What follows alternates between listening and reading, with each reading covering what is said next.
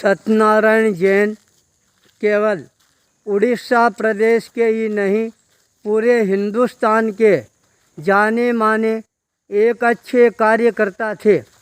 आचार्य तुलसी का उनको हमेशा वरद हस्त है यह प्राप्त रहता था। उन्होंने अपने जीवन में अनेकों कार्य संपादित किए।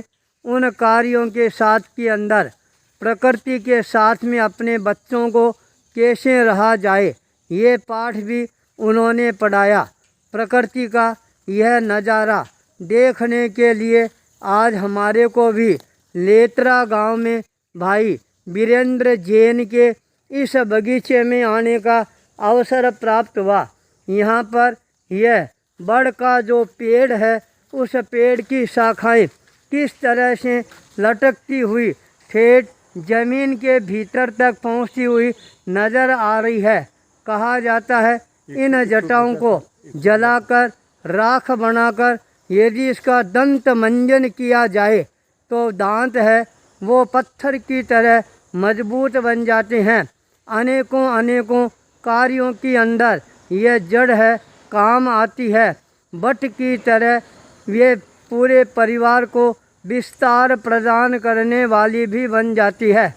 इस बगीचे के अंदर हमने देखा बहुत ही महत्वपूर्ण जड़ी बूटियों के साथ फल और फ्रूट के जो पेड़ है बहुत ही तादाद के अंदर हमारे को यहाँ पर नज़र आ रहे हैं।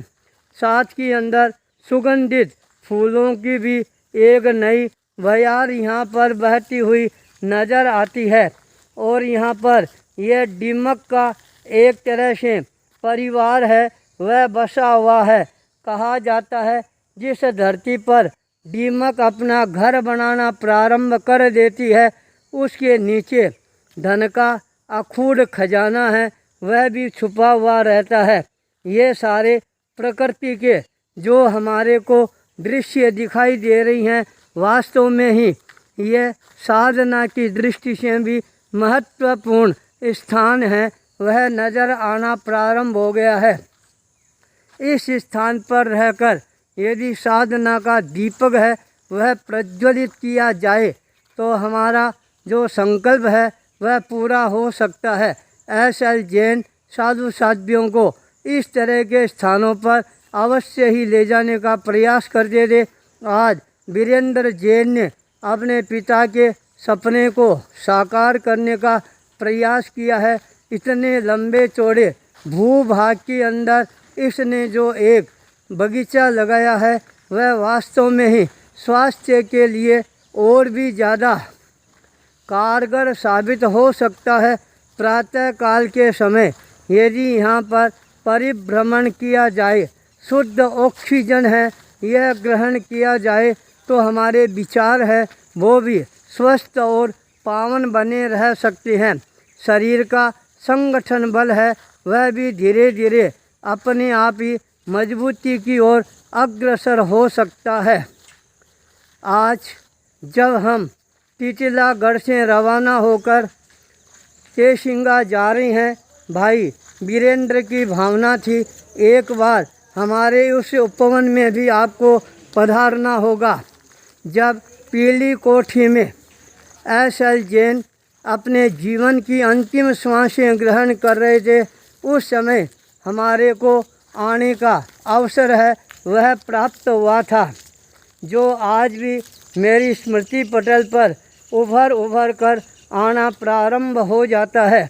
यह एस.एल. जैन की बगिया और ज़्यादा मुस्कुराती रहे फलती रहे फूलती रहे और अपने जीवन में अध्यात्म के अंकुरों का और ज़्यादा अंकुरित करना प्रारंभ करेगा तो यह बगीचा भी पूरे परिवार के लिए एक तरह से शारीरिक मानसिक वैचारिक और आध्यात्मिक दृष्टि से महत्वपूर्ण साबित हो सकता है।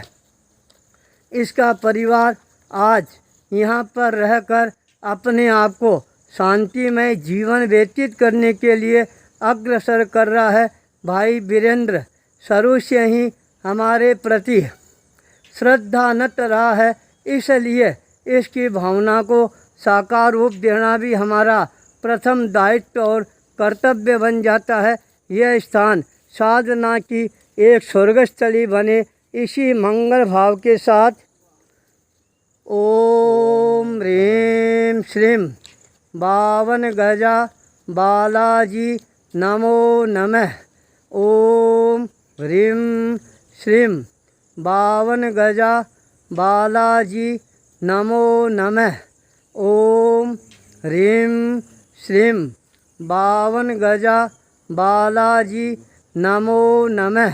नमो नमः, नमो नमः, नमो नमः।